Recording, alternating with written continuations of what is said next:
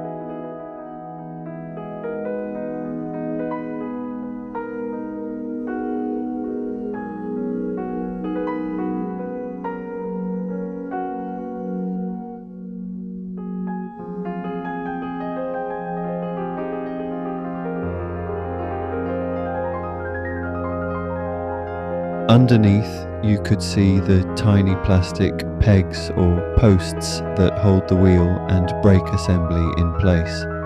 One of them had cracked, which is probably why it was flopping about like a puppy on laminate flooring.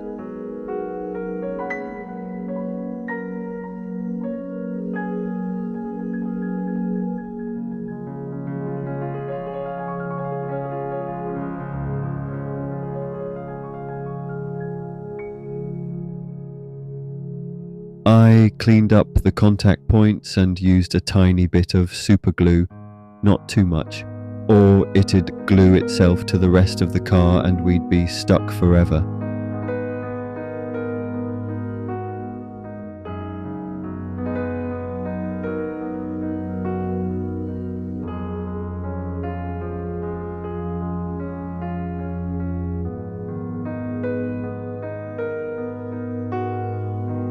I added the glue into the smaller holes where the original post had sat, pressing everything together carefully.